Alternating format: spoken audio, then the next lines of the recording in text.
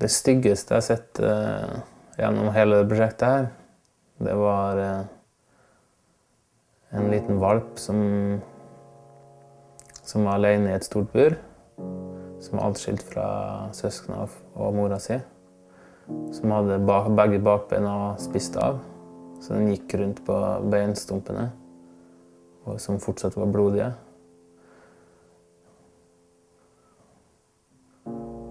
Jeg har aldri sett et så hjelpeløst individ noen gang.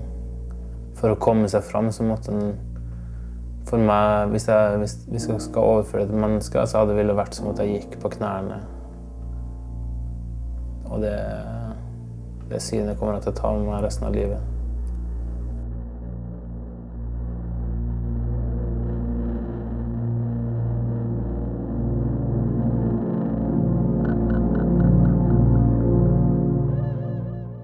Høsten 2007 så startet vi Nettverk for dyrs frihet i Oslo.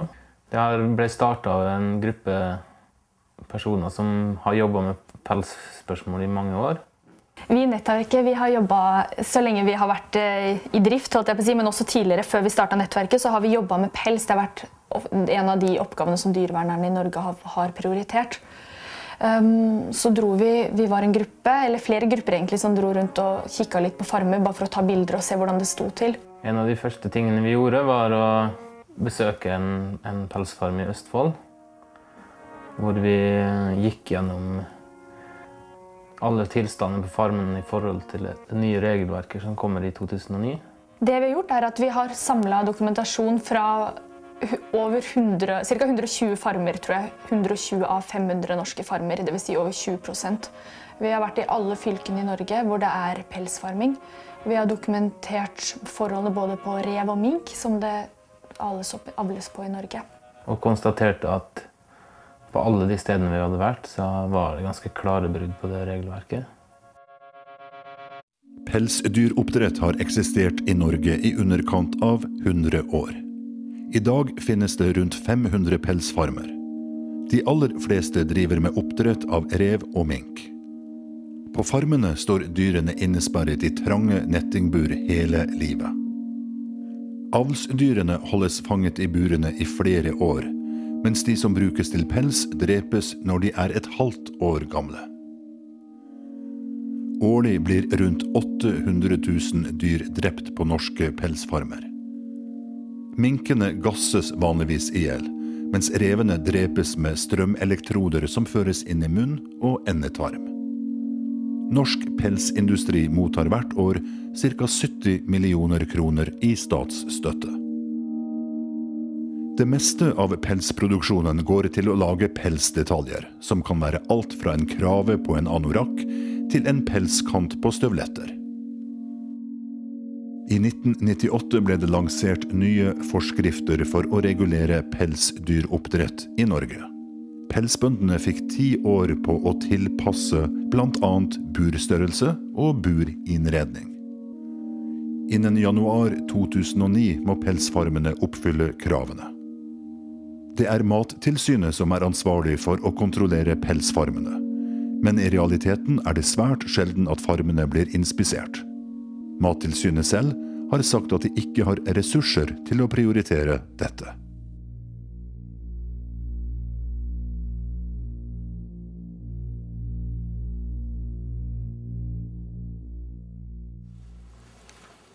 Pelsbransjen sier selv at de er en veldig miljøvennlig næring, og det er en av de tingene de spiller på, at det med pels er veldig miljøvennlig.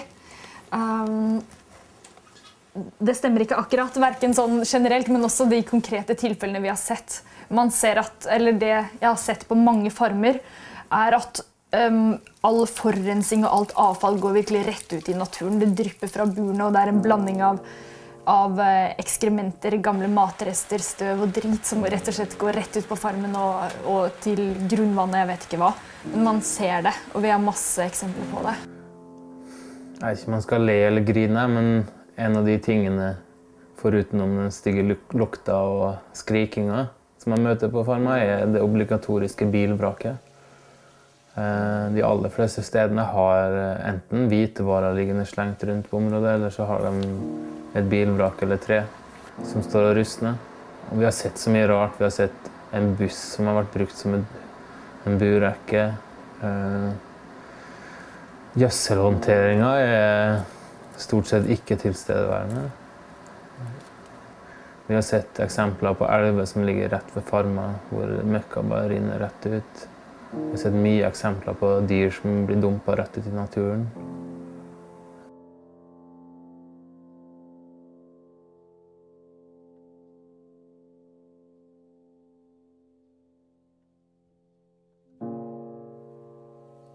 Mitt inntrykk etter å ha besøkt alle disse stedene er at hensynet til miljøet, det finnes ikke i den bransjen her. Selvsagt med noen hederlige unntak, men regelen er at det er ekstremt skittent og møkkete. Nettverk for dyrs frihet fant lovbrudd og uholdbare forhold på alle de inspiserte pelsfarmene. Dårlig renhold og elendige hygieniske forhold var utbredt.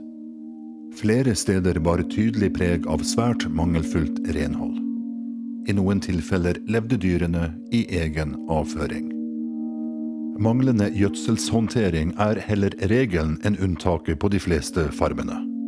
Dette fører til at utslippene går direkte i bakken og forurenser grunnvannet. Fordi pelsdyrene er rovdyr og fôres på animalske produkter, har gjødselen et høyere næringsinnhold enn vanlig husdyrgjødsel. Særlig er innhold av fosfor, ammoniakk og nitrogen svært høyt. Mange farmer var gamle og falleferdige, med vannlekkasjer, råttent treverk og nedslitte bygninger. Det ble også avdekket for små bur og manglende beskyttelse fra vær og vind. Over 60% av farmene hadde ikke kasser i burene til alle revene. Man så også ødelagte bur med skarpe kanter som var skadelig for dyrene.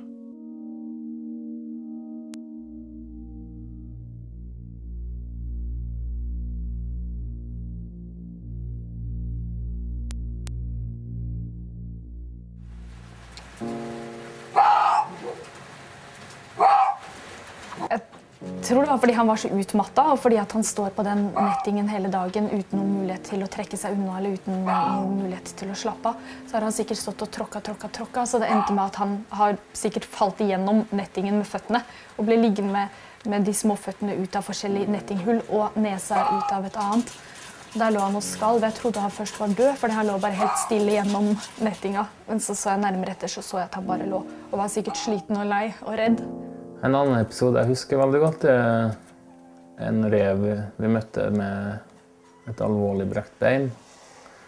Det som beit meg mest med den reven her var en avlstispe som var godt opp i åra. Den var sikkert 4-5 år gammel. Vi så hvor sliten og trøtt det dyret var, og gikk rundt og stabba på det knekte beinet.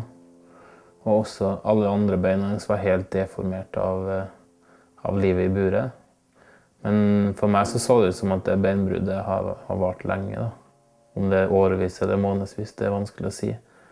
Men i hvert fall, jeg har aldri sett et så sliten dyr før. Hun bare så ut som han hadde helt resignert. Og nesten ikke reagerte på noe som helst. Så det gikk mye inn på meg. I dyrevernloven står det at det skal tas hensyn til dyrs instinkter og naturlige behov, så de ikke kommer i fare for å lide unødvendig. Nettverk for dyrs frihetsdokumentasjon beviser at dyr på norske pelsfarmer lider. Flere steder fant aktivister dyr med svært alvorlige, ubehandlede skader, som alle vitnet om manglende medisinsk behandling over lengre tid. På grunn av stress, frustrasjon og alt for liten plass, er det ikke uvanlig at dyrene i pelsindustrien begynner å gnage på seg selv eller hverandre. Forekomsten av avbitte haler eller avspiste ører var stor. På enkelte farmer hadde halvparten av minkene avbitte ører. Dyr med store, ubehandlede sår var ikke uvanlig. Mange av dyrene hadde store og alvorlige bittsår på ulike steder av kroppen. Valpedrap er et betydelig problem i pelsindustrien. Mødrene er i en svært stresset situasjon, hvor de blir fratatt muligheten til å trekke seg unna for å beskytte ungene. Dette er en av grunnene til at mange skadebiter eller dreper egne valper, noe som inspeksjonene bekreftet. Det var ikke uvanlig å finne døde valper i burene eller rundt farmen. Øyebetennelser og ubehandlede tannkjøttsykdommer var utbredt. Det ble også oppdaget dyr med brukne, lamme eller avspiste ben. Svært mange av revene hadde deformerte poter og klør, noe som hemmet bevegelsesfriheten. De fleste dyrene viste tydelige tegn på stress og tidvis ekstrem frykt for mennesker. Mange hadde utviklet alvorlige mentale adferdsforstyrrelser som et resultat av burtilværelsen. Stereotypisk adferd eller apati ble observert på alle de inspiserte farmene.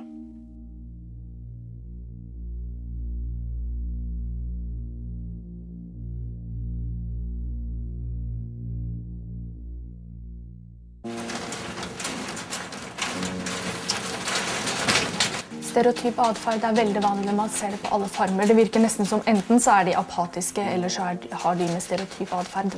Det vil si at de løper og løper og løper frem og tilbake og hopper opp og ned inn i buret. Det er noen som på en måte aldri stopper. Jeg så en rev som løp, han bare hoppet opp og ned, opp og ned, opp og ned, opp og ned, og ville bare aldri slappe av. De får aldri hvile, de har ikke noe sted å gjemme seg, de har ikke noe stimuli i det hele tatt. De står og tråkker på den nettingen. Og de har ofte veldig mye skade på føtter, men selv de dyrene som både ser friske ut, de ser veldig redde ut. Og når man nærmer seg dyr og ser det inn i øynene, så kan man på en måte kjenne igjen den følelsen. Man kan se hvordan det er å være, man vet hvordan det er å være redd og hvordan det er å være frustrert.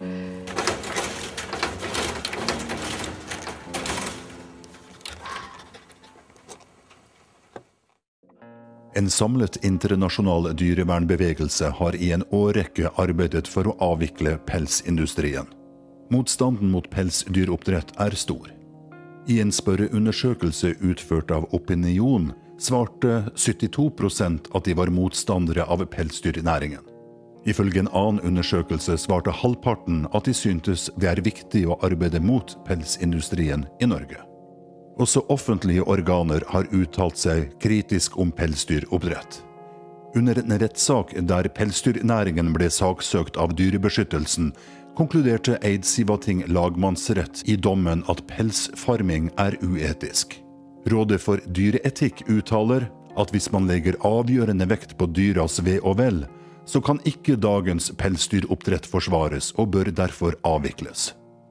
Under arbeidet med dyrevernloven på 70-tallet vurderte Stortinget pelsdyrhold som uforsvarlig, så lenge det fantes alternative måter å produsere varme klær. I 2012 skal Stortinget vurdere om pelsdyroppdrett skal avvikles, slik det kom frem i stortingsmelding nummer 12/2002. Mange europeiske land har allerede vedtatt forbud mot pelsfarmer, eller innført så strenge regler at det ikke er økonomisk lønnsomt. I Sverige og Nederland er revefarmer forbudt. I Danmark diskuteres et lignende forbud. Storbritannia, Irland og Østerrike har innført forbud mot pelsoppdrett. Sveits har avviklet pelsfarmene, og Italia har innført regler som i praksis betyr slutten for minkfarmene. Er det ikke snart på tide at norske myndigheter følger etter?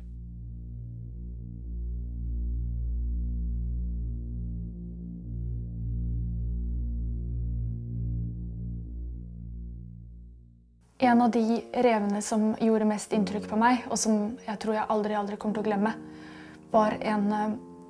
Jeg vet på en måte ikke hvor jeg skal starte, fordi han hadde skade fra topp til tå.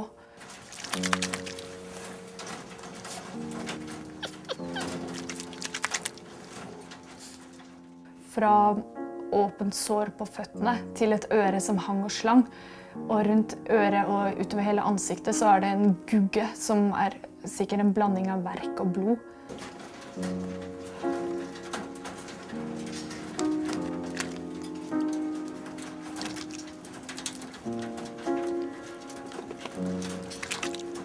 Da jeg var der så hadde han akkurat fått mat, eller dyrene hadde fått mat. Så man vet på en måte, eller det som gjorde inntrykk på meg var at det har vært folk der inne som har sett han, men allikevel bare valgt å gå videre. For mer informasjon, gå inn på forbypels.no.